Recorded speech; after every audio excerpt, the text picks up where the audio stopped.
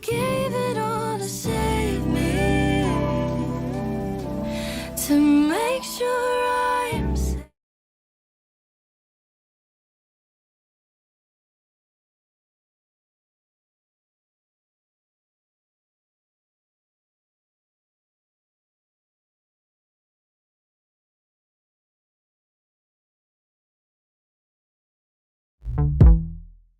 Your love is kind.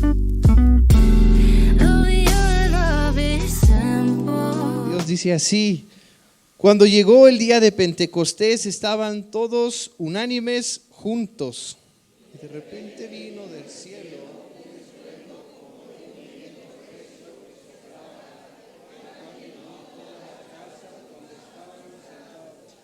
y se les aparecieron lenguas repartidas como de fuego, asentándose sobre cada uno de ellos.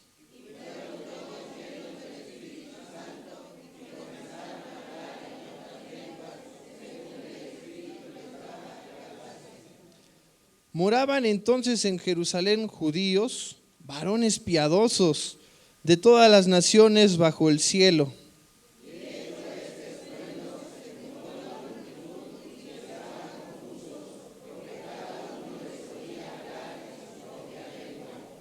Y estaban atónitos y maravillados, diciendo: mirad, ¿no son galileos todos estos que hablan?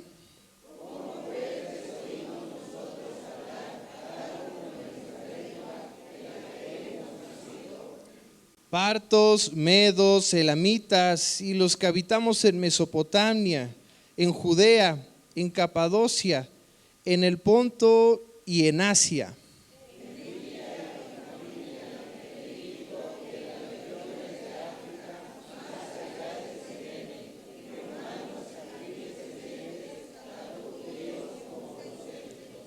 Cretenses y árabes, les oímos hablar en nuestras lenguas las maravillas de Dios. Y estaban todos atónitos y perplejos, diciéndose unos a otros: ¿qué quiere decir esto? Mas otros, burlándose, decían: están llenos de mosto. Muy bien, vamos a orar, hermanos. Amado Dios, te damos las gracias, Señor, porque tú eres bueno, eres grande y tu misericordia, Señor, se ha renovado el día de hoy. Gracias, Padre, porque tu amor y tu gracia, Señor, están en nosotros. Tu Santo Espíritu está con cada uno de tus hijos y de tus hijas aquí presentes. Y hoy queremos ponernos de acuerdo, Señor, para ponerte este tiempo en tus manos. Que este tiempo sea tu palabra expuesta, Señor. Que no sean mis pensamientos, que no sean mis ideas. Eso es vano, Señor. Que sea tu santa palabra hablando a cada uno de nosotros, Señor. Ayúdanos a estar alertas, a estar atentos, a no dormirnos, a estar anotando si traemos en dónde anotar, a dejar por un momento el celular, Señor. Ayúdanos a concentrarnos y consagrar este tiempo en honor a ti, pero también para escucharte con reverencia, con amor, como si unos hijos escucharan a su padre, que es realmente lo que va a suceder, Señor. Queremos escucharte a ti. Muchas gracias. En el nombre de Cristo Jesús oramos. Amén. Muy bien, hermanos, pueden tomar su lugar.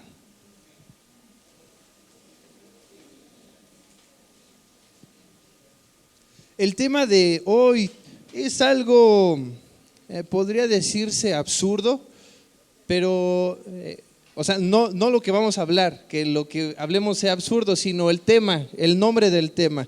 Se llama El inicio que ya había comenzado. Pudieras pensar, si el inicio ya había comenzado, entonces no es realmente el inicio, ¿no? Pero justamente vamos a ver acerca de Hechos capítulo 2, algo que se le conoce como el inicio de la iglesia usualmente, pero vemos a lo largo del Antiguo Testamento que realmente ya había comenzado algo. Entonces es una forma en la que podemos decir que se da continuidad al ministerio de Jesús por medio de los discípulos, por medio de sus seguidores y de los anexos que se habrían de agregar. Pero por eso el tema de hoy, ¿cómo se llama? El inicio que ya había comenzado. Qué interesante. En el versículo 1 nos recalca una fiesta en particular. ¿Cómo se llama? Pentecostés, ¿no? Esta es una celebración importante dentro de la cultura judía y surge en el Antiguo Testamento. Pentecostés viene a significar 50 y se refiere a los 50 días que transcurrieron después de haber salido de Egipto. ¿Recuerda esa cena, ese peregrinaje en el que eran perseguidos y ahora el pueblo de Dios se encuentra en libertad? Pero un pueblo quejoso, un pueblo complicado. No es más que un reflejo de usted y de mí, ¿no cree? A veces Dios hace cosas y queremos darle consejos a Dios, decirle, lo hubieras hecho así, Dios. Nos tomamos la libertad de aconsejar a Dios cuando no es correcto. La queja es algo que gangrena el alma, que nos puede consumir. Esta fiesta es algo hermosa y también se celebra el fin de una cosecha. Dios es el mayor estratega, es el mayor hacedor de planes y Él usa esta celebración a su propio favor. Esta fiesta, veíamos la cantidad de personas, ni siquiera recuerdo cuántos eran el total, debí contarlos, pero muchos lugares de Asia, tanto de África, ¿no?, que habían venido a Jerusalén para celebrar algo en Pentecostés, la fiesta que le acabo de mencionar. Dios usa esa cultura a su favor para hacer algo impresionante. Ahora una pregunta interesante, ¿quién es el Espíritu Santo? Es Dios, es una persona, es el Consolador, muy bien, son funciones correctas. Y vimos que la presencia o viene a ser la venida del Espíritu Santo, ¿no? Así se le llama usualmente al capítulo 2. ¿El Espíritu Santo será una cosa? ¿Un objeto? No, ¿verdad? Eso sería una barbarie. Es una persona, como bien estaban mencionando, y es parte de la Trinidad. Espíritu Santo viene a ser Dios habitando entre los seres humanos. No en todos, hay que aclarar. No que ustedes no lo tengan, hermanos, sino en todo aquel que confiese que Cristo Jesús es el Hijo de Dios, tiene al Espíritu Santo. Los que no han conocido o los que se niegan a decirle que sí a Dios, no tienen eso tan valioso que usted y yo tenemos hoy. ¿Usted qué piensa? ¿Qué es lo más valioso que tiene el día de hoy? Es Dios mismo, ¿no? No serían posesiones, no sería un auto. Si tiene un auto último modelo, gloria a Dios, hermanos, no tengamos envidia si les toca estrenar. Pero eso no se compara a algo que usted y yo tenemos el día de hoy dentro de nosotros. Viene a habitar con los seres humanos, pecadores que fallan, pero que buscan honrarlo con su vida en obediencia. Les voy a dar una lista de todo lo que el Espíritu Santo es y hace. El Espíritu Santo es Dios, es inspirador de las Escrituras, es el origen de la sabiduría, mora en los santos, consolador de la iglesia, santificador de la iglesia, es testigo. La parte que toma en la formación de Jesús, ¿recuerda? La concepción de Jesucristo, desciende sobre Jesucristo, permanece en Cristo, coopera con Cristo, da testimonio de Cristo. También reprende, convence, lucha, instruye, da vida, renueva, guía, sostiene, prevalece, da libertad, ayuda a eliminar el pecado, fortifica, ayuda a obedecer. Y creo que aún faltarían muchos más. Vaya, no es poca cosa el Espíritu Santo, ¿verdad? Es una bomba en el ser humano lo que viene a generar. No debemos tener en poco el que Dios habite en nosotros. Si lo llegaras a olvidar el día de hoy, recuérdalo y valóralo. Ama ese valioso regalo porque no fue gratis. ¿Ha escuchado que hay cosas que son gratis? Incluso hacemos propagandas. Viene nuestro el hermano, ¿no? No. Hacemos propaganda a veces con la brigada médica, ¿no? Totalmente gratis, servicios médicos, pero tuvieron un costo. A alguien le costó, el pastor nos mencionaba un presupuesto de cuánto usan en cada brigada y son varios miles de pesos.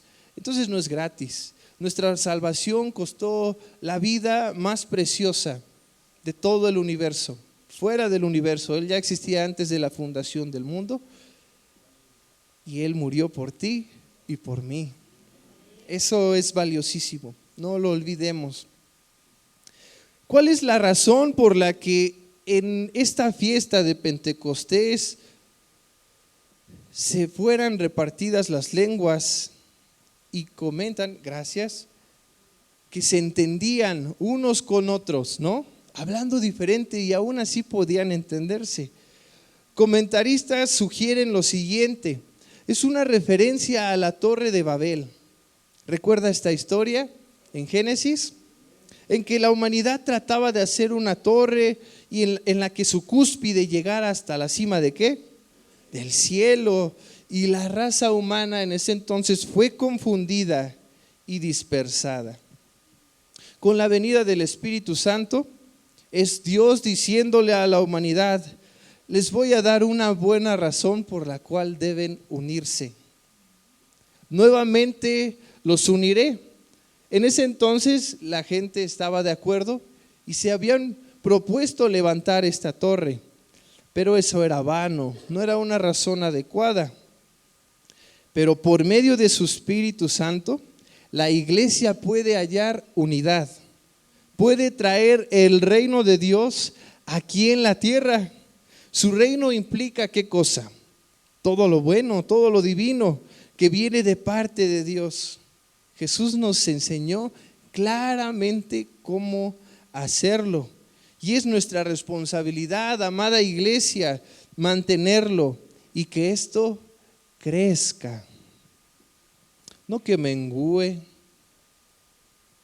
Recuerdo esta frase mucho, es algo igual banal, pero recuerdo esta frase hace algunos años en el que la economía de la iglesia se nos decía cada rato y me chocaba escucharlo: estamos en números rojos. ¿Sí recuerda esa época de vacas flacas?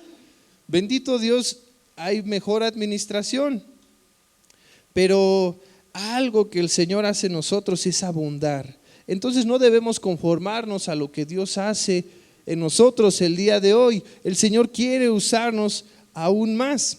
Génesis 11:1 dice: tenía entonces toda la tierra una sola lengua y unas mismas palabras.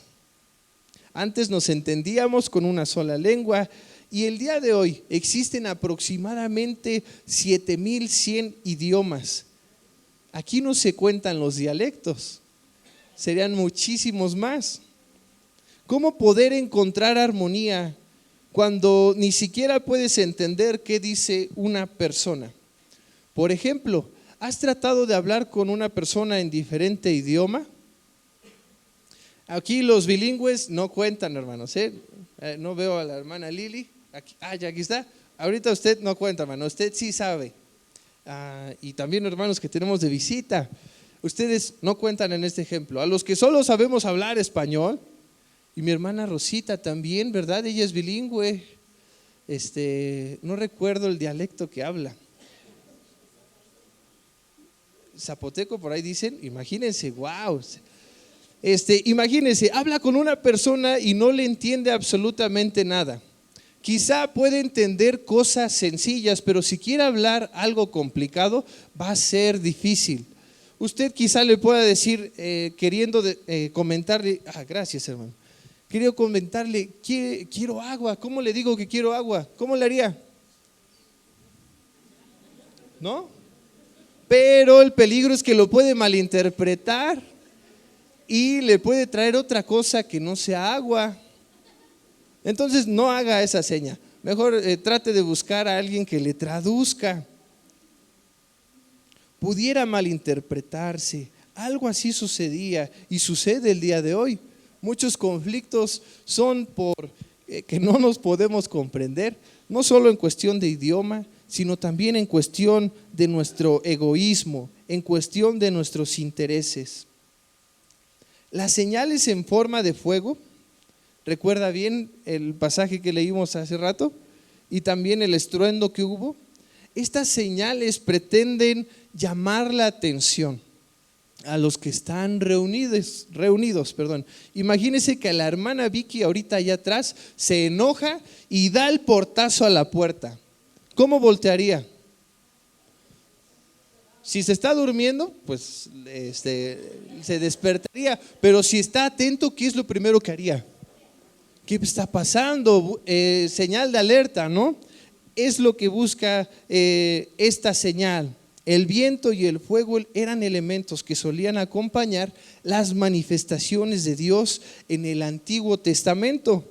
Las podemos ver en Éxodo 3:2. Se le apareció el ángel de Jehová en una llama de fuego en medio de una zarza, y él miró y vio que la zarza ardía en fuego y la zarza no se consumía. Incluso hay un canto, ¿no? La zarza ardía, no se consumía. Y bueno, ahí sigue el canto, ¿verdad? Éxodo 24:17. Hoy no me voy a esperar mucho, hermanos, a que sigan buscando los versículos, porque es mucha la cantidad de información que tenemos hoy. Dice Éxodo 24:17, está en su pantalla: y la apariencia de la gloria de Jehová era como un fuego abrasador en la cumbre del monte a los ojos de los hijos de Israel, antes de que les dieran las tablas de la ley. ¿A quién? A Moisés y al pueblo después. Ezequiel 1:13. Cuanto a la semejanza de los seres vivientes, su aspecto era como de carbones de fuego encendidos, como visión de hachones encendidos que andaba entre los seres vivientes, y el fuego resplandecía. Del fuego salían relámpagos. Algo impresionante, ¿no cree? La venida del Espíritu Santo, la abreviatura es ES. Es nada más para aclarárselo, hermanos. La venida del Espíritu Santo en mayúsculas no debe entenderse como su primera aparición en las Escrituras.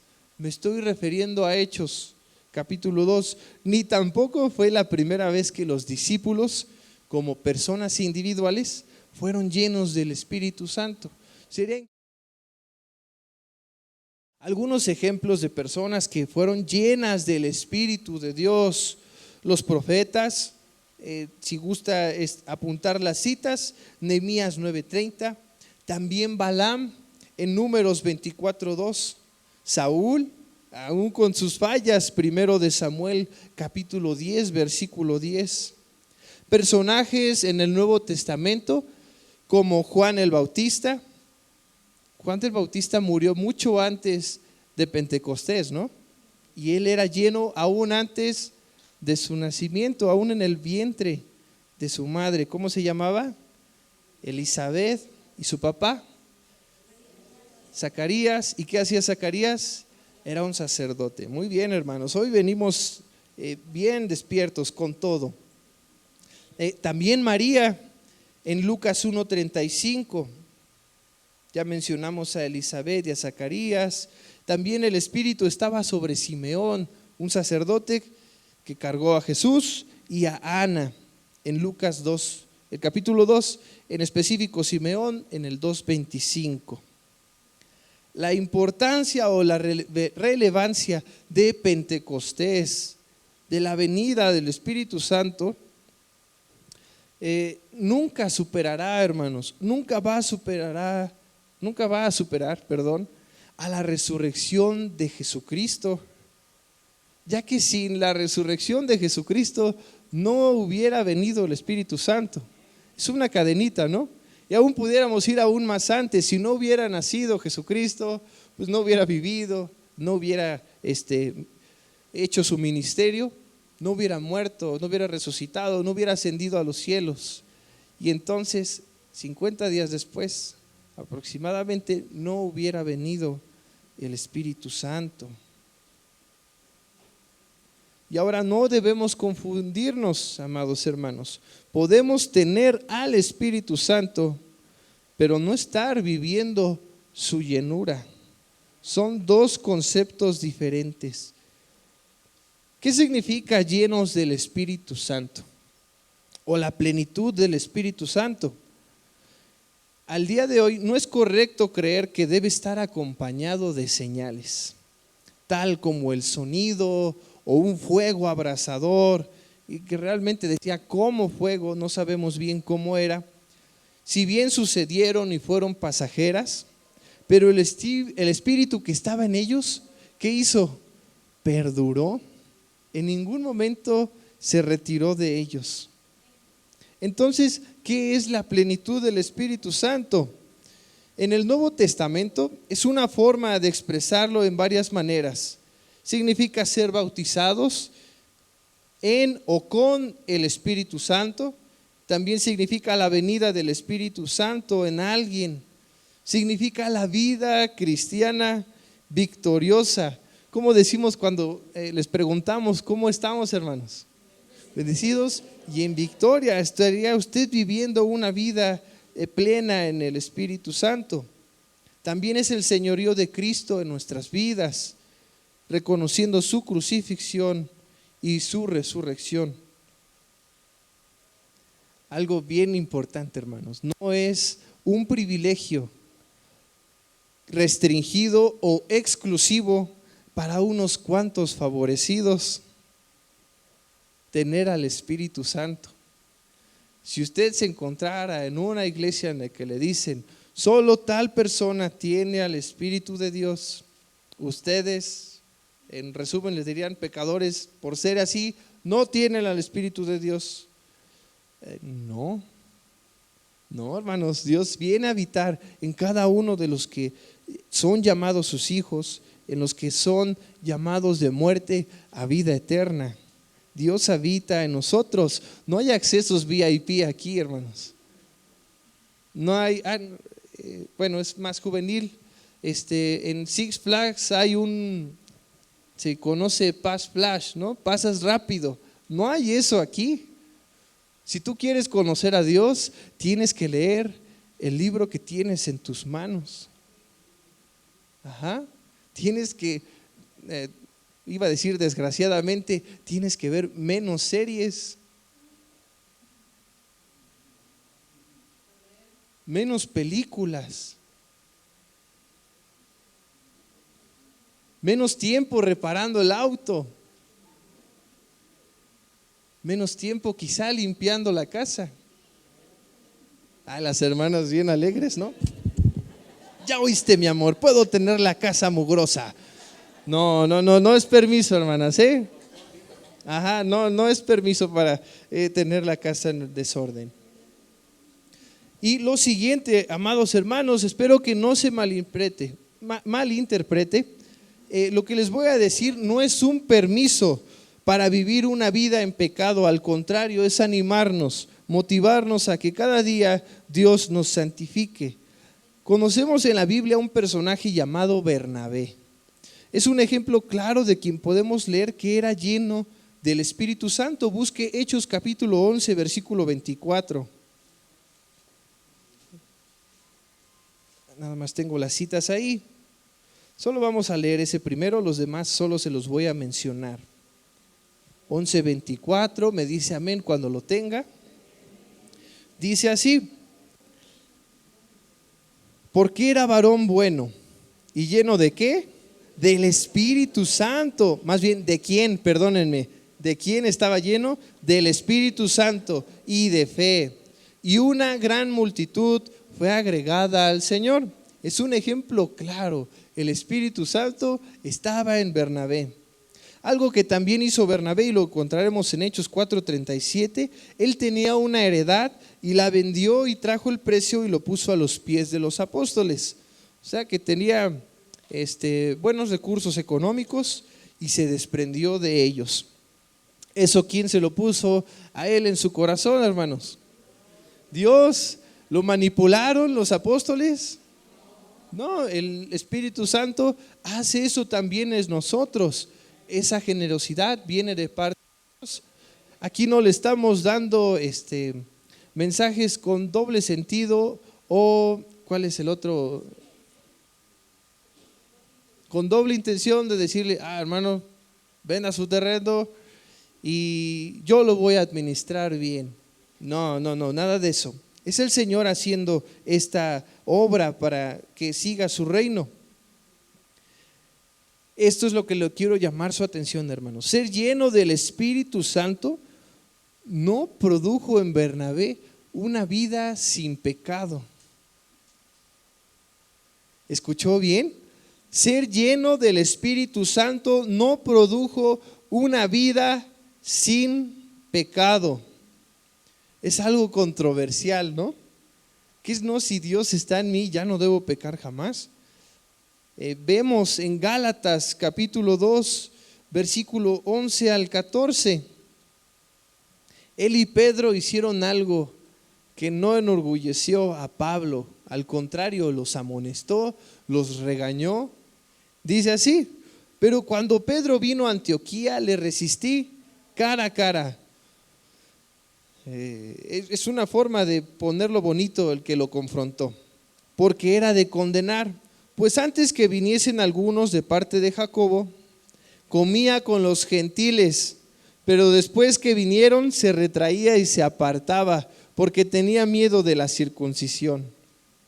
Y en su simulación participaban también los otros judíos, de tal manera que, aún Bernabé fue también arrastrado por la hipocresía de ellos. Pero cuando vi que no andaban rectamente conforme a la verdad del evangelio, dije a Pedro delante de todos: si tú, siendo judío, vives como los gentiles y no como judío, ¿por qué obligas a los gentiles a judaizar? Palabras duras. Prácticamente estaban viviendo racismo. Eso también es pecado delante de Dios. Algo que me parece interesante en una clase de misiones, hermanos, es que en la introducción se le dice al misionero: si eres racista, mejor no vayas a la misión. Desde ahí es confrontando a la persona, ¿no? Decirle, no puedes imponer tus ideales personales a las otras personas si no son palabra de Dios. Esa distinción hay que saberla diferenciar. Diferenciar es una redundancia, me parece. Muy bien. Y Pablo no era perfecto también. En Romanos 7, del 19 al 25, búsquelo prontamente, confesaba su debilidad y la realidad de todo ser humano. Romanos capítulo 7, versículo 19 al 25. Dice así: porque no hago el bien que quiero, sino el mal que no quiero, eso hago. Y si hago lo que no quiero, ya no lo hago yo, sino el pecado que mora en mí. Así que, queriendo yo hacer el bien, hallo esta ley, que el mal está en mí. Versículo 22. Porque según el hombre interior me deleito en la ley de Dios, pero veo otra ley en mis miembros, que se rebela contra la ley de mi mente y que me lleva cautivo a la ley del pecado que está en mis miembros. Miserable de mí, ¿quién me librará de este cuerpo de muerte? Gracias doy a Dios por Jesucristo, Señor nuestro. Así que yo mismo con la mente sirvo a la ley de Dios, mas con la carne a la ley del pecado. entender esta parte nos va a dar mucha paz a la hora de vivir en Cristo, hermanos. Si usted trata de vivir una vida en victoria, tristemente es inevitable que va a pecar tarde o temprano, hermanos. Nuevamente, no es un permiso para usted y para mí para salir o aquí mismo estar pensando en otras cosas que no debemos. No es un permiso para eso. Es para, lo vería como darnos consuelo, decir, ok, tengo al Espíritu Santo en mí, Él mora en mí, Él me está santificando, pero esto se va a cumplir ¿hasta qué día? ¿Hasta que me muera o hasta que el Señor venga? Esa es la forma en la cual seremos liberados de esta carne que nos lleva a pecar, que nos lleva a lo malo.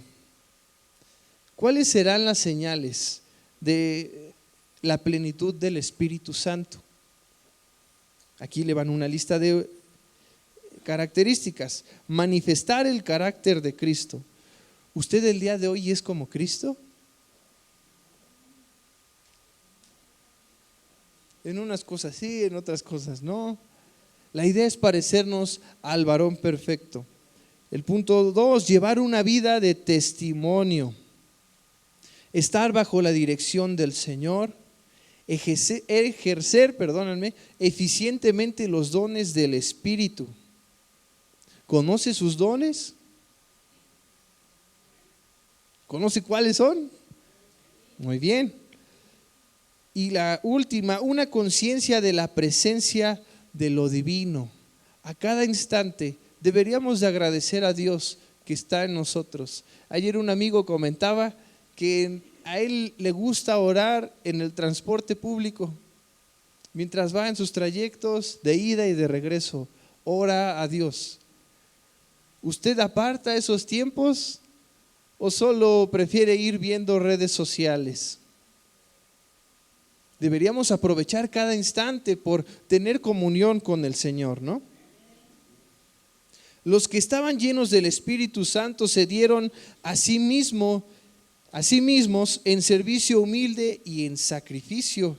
El evangelio para los perdidos, comida para los hambrientos, apoyo para los oprimidos. Esta labor es una labor muy noble, hermanos,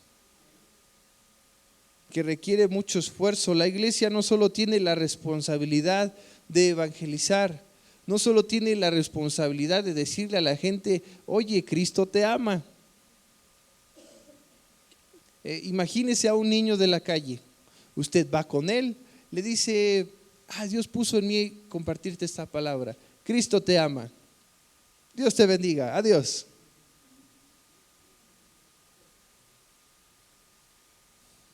El mensaje de Dios es suficiente, pero satisfacimos su necesidad de hambre, del estómago, por así decirlo, espiritual, tal vez él ese día reconozca al Señor como su Salvador, pero él seguirá teniendo hambre.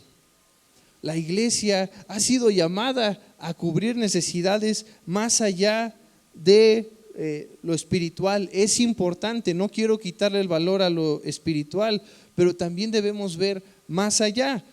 Como iglesia lo hacemos, como capellanía, llevamos, incluso nos presentamos así, ¿no? Ya les trajimos alimento físico y ahora les traemos alimento espiritual. Es una forma de cubrir ambas partes. Otras iglesias ayudan teniendo en comunidad una casa hogar, un lugar para tratar adicciones. Hoy estrenamos un nuevo ministerio, restauración, ¿verdad? El ministerio de restauración, ministerios en los hospitales. La Convención Nacional tiene su propio hospital, hermanos. Bendito Dios, el hospital americano, México americano, discúlpenme. Ministerios que entran a la cárcel. Eso se me hace un ministerio súper impactante, ya que les predican a gente culpable de sus actos, pero también a gente inocente, ¿no? Gente que quizá asesinó a alguien o quizá también a gente que fue inculpada.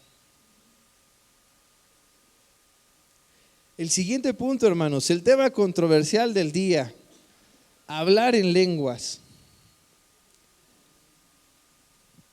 Un tema controversial dentro de las iglesias y una de las primeras diferencias dentro de las denominaciones. El hablar en lenguas es un asunto mencionado únicamente en el Nuevo Testamento y se menciona en el libro de los Hechos y también en Primera de Corintios. Y en cuanto a Marcos, capítulo 16, versículo 17, dice así: estas señales seguirán a los que creen, en mi nombre echarán fuera demonios y hablarán nuevas lenguas.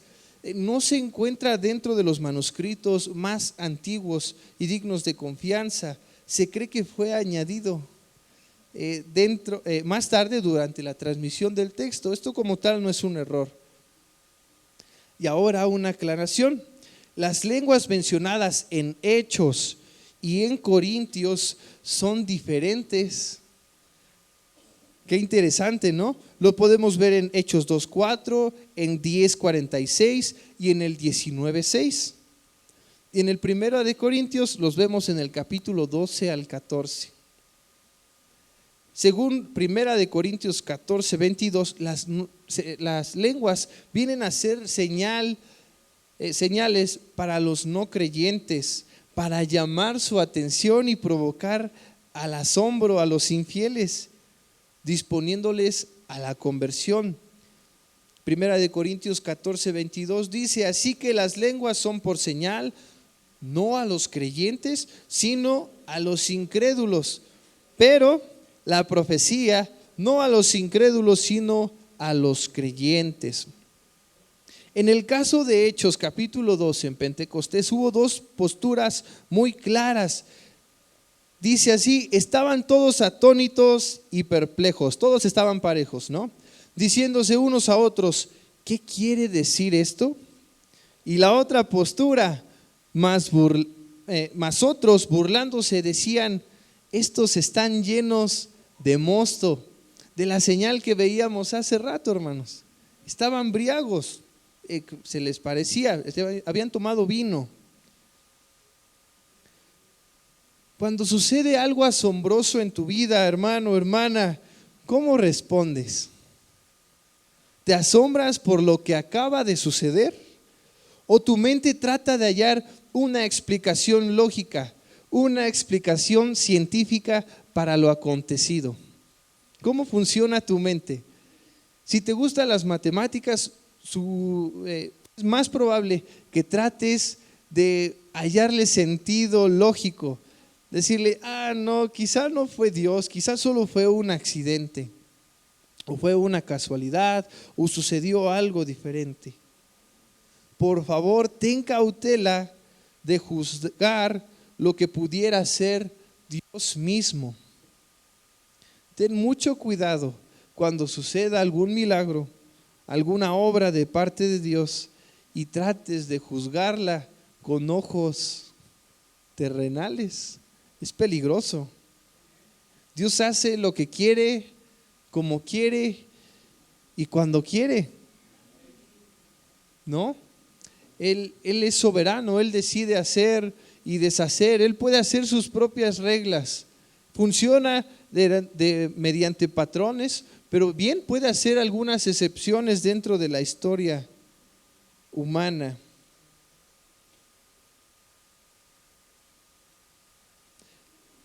Algo que puede ayudarnos a discernir si algo viene de parte de Dios es si esto muestra la gloria a Dios, o también si lleva a personas al crecimiento en Cristo Jesús. Es una forma en la cual podemos decir: ¿se le dio gloria a Dios o se le dio gloria al ser humano? Es un buen filtro para saber diferenciar ambas posturas. Como nota importante para los que creen que si no hablas en lenguas entonces no tienes al Espíritu Santo, si las lenguas representaran o fueran el don supremo del Espíritu Santo, como opinan algunos líderes carismáticos, Parece extraño que Jesús mismo, el portador del Espíritu, no utilizó en ningún momento este don. ¿No le parece interesante eso? Entonces, si usted al día de hoy no habla en lenguas, no se preocupe, quizá no tenga el don, pero no debe poner en duda a quien probablemente sí lo tenga, y no debemos juzgar, hacer juicios humanos entre nosotros mientras no se esté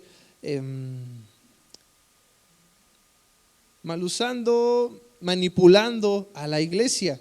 Si yo les dijera que hablo en lenguas y les digo a sí mismo, el Señor me dijo que debemos hacer algo y va a suceder en 2 meses, hay que tener cuidado, hay que tener mucha precaución, porque según la palabra y según Pablo, también hay el don de interpretación de lenguas. Entonces el que tiene el don de lenguas no puede tener el de interpretación de lenguas, porque se interpretaría a sí mismo, ¿no? Si tiene el don de lenguas, debe, ahorita vamos a ver algunas características de cómo debe hacerse. Jesús despreciaba las vanas repeticiones y la palabrería, ¿no? Y nos lo enseña en la oración. Algunas veces guardaba silencio, y en Juan 11:33 se conmueve en espíritu y se turbó, pero esto no significa que habló en lenguas. Jesús hablaba de forma sencilla, pero a la vez profunda, tanto así que a veces no entendían las parábolas. El énfasis de Pablo en las lenguas es interesante. Vamos a pasar a unos años después de que Cristo asciende, ya que él habla mucho acerca del Espíritu Santo en sus epístolas, en sus cartas, pero muy poco de las lenguas. Y cuando escribe acerca de ellas en 1 Corintios 12 y al capítulo 14, no lo aborda como una señal de excelencia, sino los trata a este don como un problema.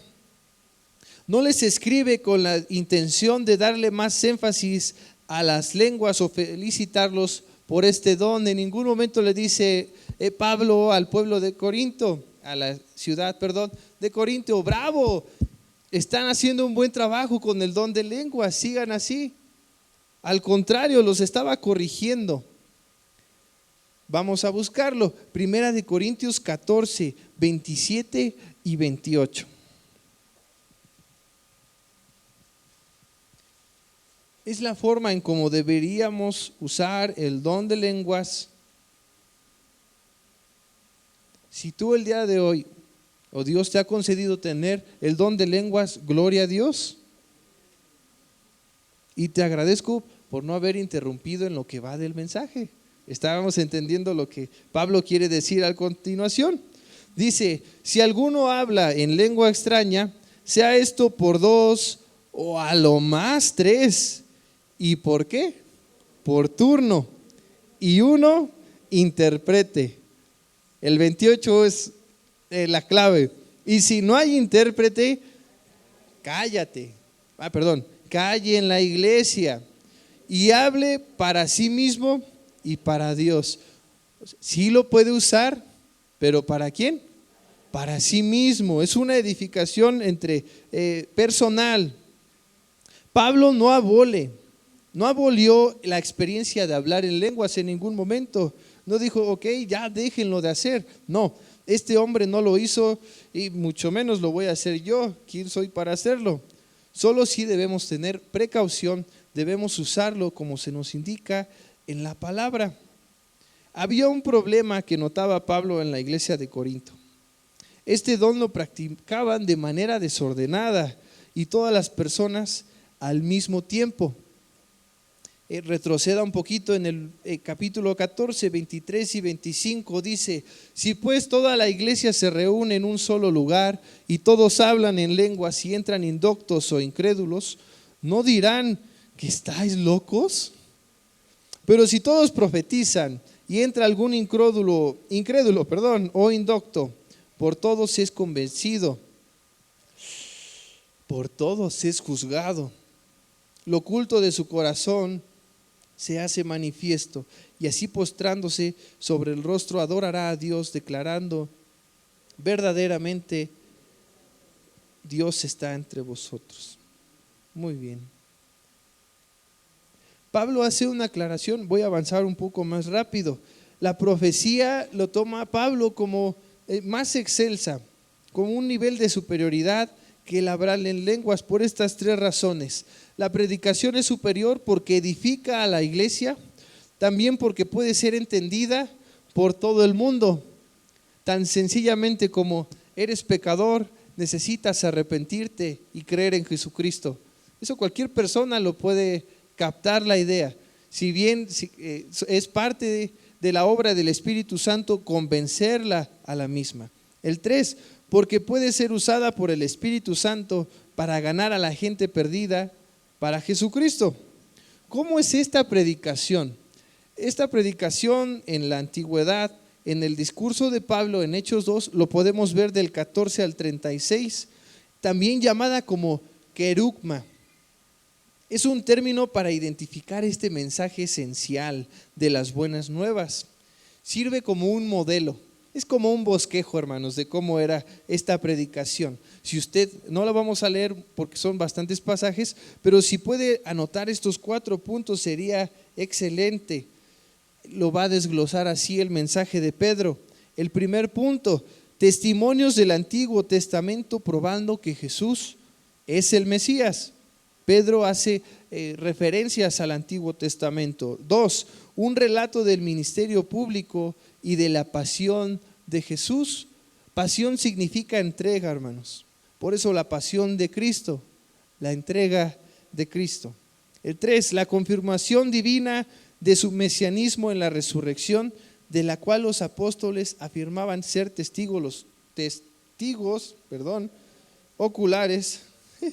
El 4, una exhortación al arrepentimiento y a la fe. Esta es una forma en la cual Pedro expuso su mensaje.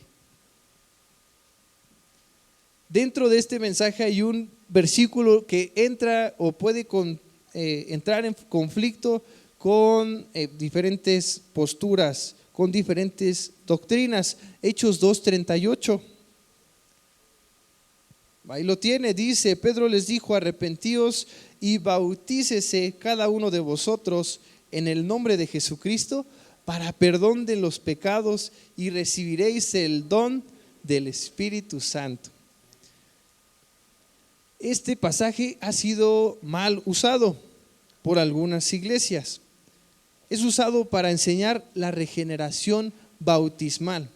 Pareciera que si usamos este versículo se explicara que si no te bautizas, entonces ¿qué? No se te perdonan los pecados, por ende no recibes al Espíritu Santo y por lo tanto no tienes vida eterna entonces. Pero no, este es un versículo que viene a ser un texto prueba, que no debe ser tomado como encapsulado o aislado, debe ser tomado dentro de todo un conjunto de ideas dentro de la Biblia. El caso contrario es un texto resumen. Un ejemplo sería Juan 3:16. Es un ejemplo claro de la idea de lo que es el Evangelio. Se le conoce como el corazón de la Biblia también. Debe ser por algo que se le nombra así. Otra cuestión: ¿por qué Pedro no dice que se bauticen en el nombre del Padre, del Hijo y del Espíritu Santo? No sé, porque a algunos les causa problema decir: es que Pedro bautizó en el nombre de Jesucristo, entonces debemos bautizar en el nombre de Jesucristo. La razón es muy sencilla, hermanos. En ese entonces aún no se le reconocía a Jesús como el Hijo de Dios. Para Pedro le fue sencillo, no sencillo, sino pensó que era una buena forma de llevar el mensaje de salvación y decirle que Jesús era el Mesías. Es el Mesías, el Cristo, el ungido de Dios. Por eso esa forma de expresarlo así, no en el nombre del Padre, del Hijo y del Espíritu Santo. Ambas formas son correctas, pero nosotros nos seguimos a la forma que nos enseñó Jesucristo. Y recuerda que había personas que no creían lo que estaba pasando. ¿Qué fue lo que dijeron? Están llenos de mosto. Estaban borrachos. Había incredulidad en sus corazones.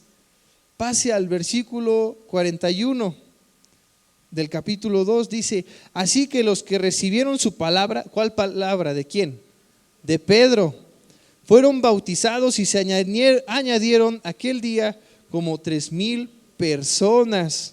En ningún momento dice, excepto los que habían dicho que no era verdad lo que sucedía. ¿No?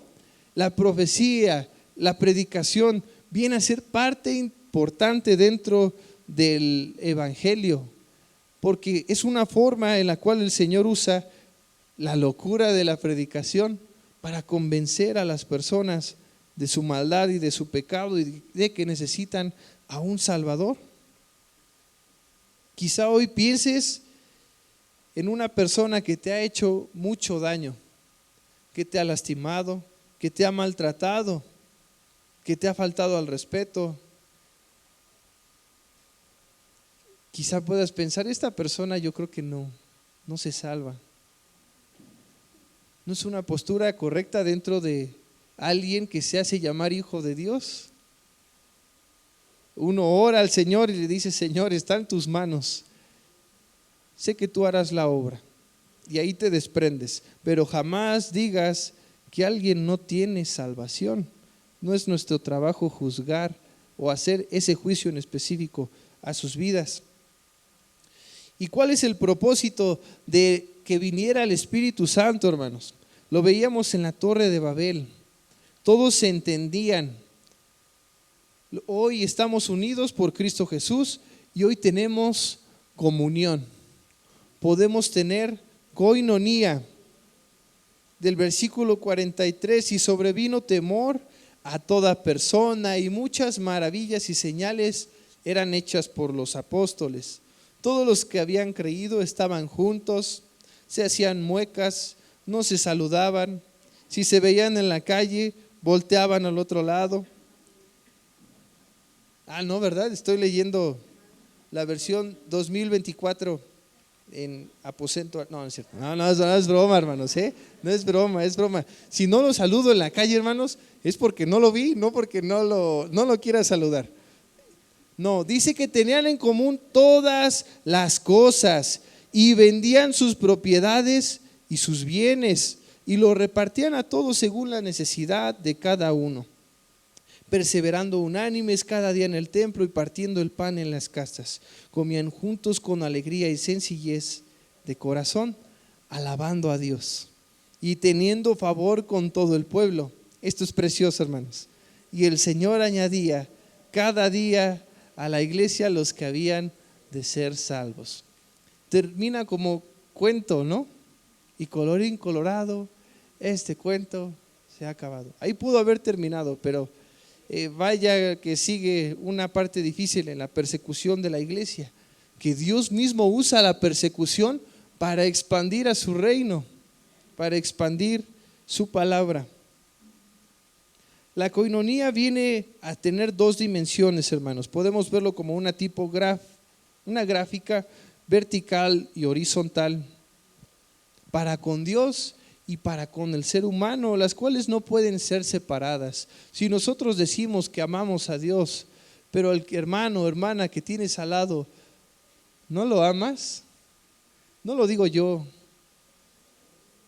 Según Primera de Juan, eres mentiroso. No amas a Dios porque no puedes amar a quien sí puedes ver y amas a quien no ves. Entonces, la invitación para usted y para mí: amémonos, soportémonos, dice la palabra. ¿Que es una exigencia? Claro que sí, pero es para el bien de la comunidad de la fe, y no solo para nosotros, también para los que están perdidos, para los que están afuera. Mis amados hermanos, si el día de hoy tú tienes más de un año asistiendo a la iglesia, y me estoy portando buena onda, hermanos, si tienes más de un año y sigues pensando o piensas el día de hoy, es que ya no me visitan, ya no me saludan, ya no me invitan cosas en la venta de talento, porque ya no soy nuevo. Con todo respeto, hermano, eso es inmadurez. Tu responsabilidad, si has entendido el mensaje de Cristo Jesús, tu responsabilidad es ahora ver por los nuevos, hacer lo mismo que hicieron contigo. ¿Por qué siempre queremos recibir y recibir? Eso es egoísta. Cristo Jesús vino a servir, entonces no hay ninguna razón o ningún ejemplo dentro de la Biblia en el cual digamos, yo debo tomar primero lo mío. Al contrario.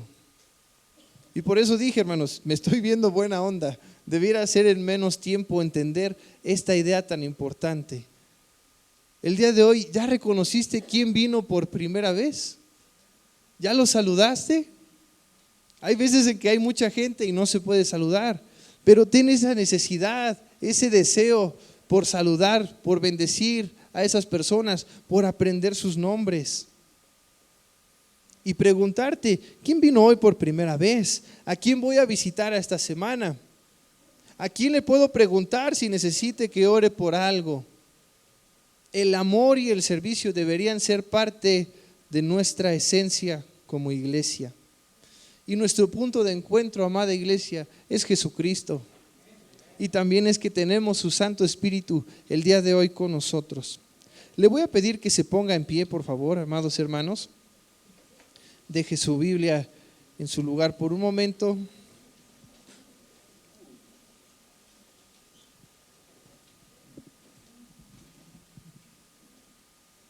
Y le voy a pedir que cierre sus ojos.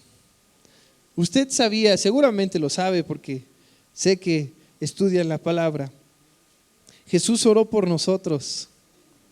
Hoy intercede por nosotros a la diestra del Padre, pero antes de ser crucificado en la cruz, oró por ti y por mí. Y quiero que escuches estas palabras que se encuentran en Juan 17 del 20 al 23.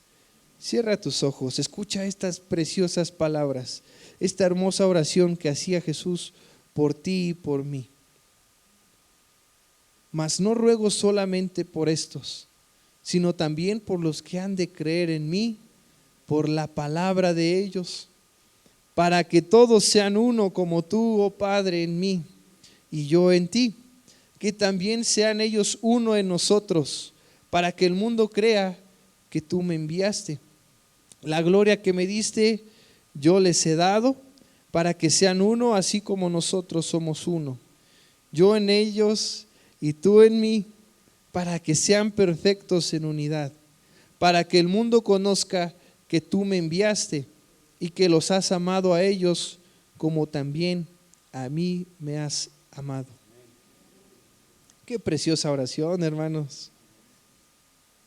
Oraba Jesús por ti y por mí, y esta es la que se registró, pero seguramente oró más de una ocasión por nosotros, mientras estuvo aquí en la tierra.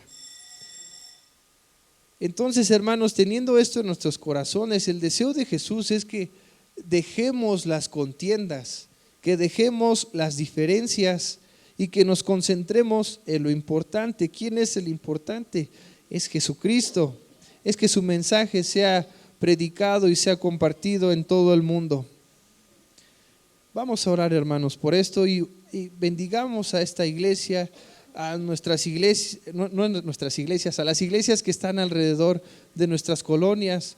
Bendigamos a nuestros hermanos en la fe y creamos que el Señor puede poner amor en nosotros y puede hacer que esos pensamientos, ese enojo y esa falta de perdón se vaya en su nombre poderoso y que brindemos el perdón porque el Señor nos ha perdonado a nosotros. Vamos a orar. Amado Dios, te damos gracias porque tú habitas en nosotros, Señor. Gracias por tu santa presencia que habita en nosotros. No comprendemos la magnitud de esto en su totalidad, pero te bendecimos y te alabamos, Señor, porque has decidido habitar entre hombres y mujeres y tú extiendes tu reino a través de nosotros, a través de nuestros hermanos en la fe que han trabajado para gloria tuya, Señor, a lo largo de la historia. Y hoy queremos olvidar las diferencias, Señor. Cualquier gesto, cualquier pleito, cualquier diferencia, Señor, que se haya tenido en el pasado, hoy queremos ponerla en tus manos, Señor, y brindar el perdón. Porque tú nos has dado perdón, Señor, has perdonado nuestros pecados y los has olvidado, Señor. Hoy ayúdanos también a perdonar si hay que perdonar. Ayúdanos a amar, a tener paciencia, a no aburrirnos, Señor, también de estar en tu casa, sino deleitarnos y gozarnos en tu presencia. Gracias, Señor, también por los que se han de añadir, por los que han de conocer en tu precioso evangelio. Ayúdanos a recibirlos con calidez.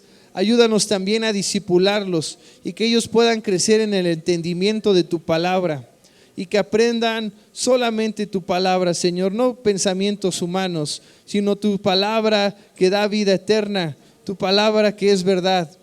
Muchas gracias, Señor. Te alabamos y te bendecimos. En el nombre de Cristo Jesús oramos.